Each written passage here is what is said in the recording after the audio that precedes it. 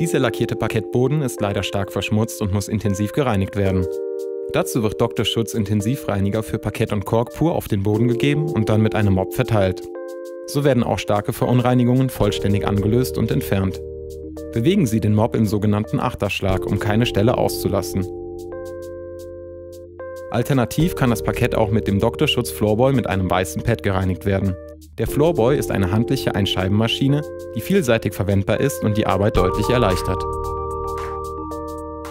Direkt nach der Reinigung wird die Schmutzflotte mit dem Dr. Schutz Sprühboy 2000 entfernt und der Boden mit Wasser neutralisiert.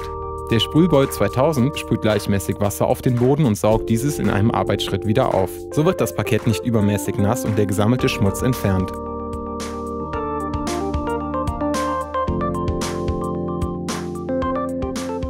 Dann wird die letzte Feuchte mit dem Mikrofaserbezug und dem Dr. Schutz Mop aufgenommen. Der Boden ist wieder sauber und kann jetzt mit dem schützenden Pflegefilm versehen werden. Dazu sind Parkett und Kork Glanz oder matt von Dr. Schutz optimal geeignet.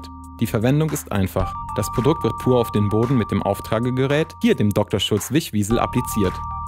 Parkett und Kork Glanz bzw. matt egalisieren Kratzer und G-Spuren und sorgen für einen seidenglänzenden bzw. natürlichen matten Pflegefilm.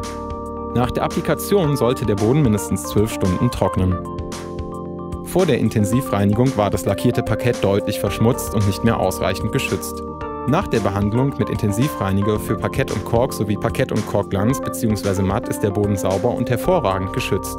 Intensivreiniger für Parkett und Kork in Kombination mit Parkett und Kork Glanz. Lackierte Böden perfekt gereinigt und geschützt.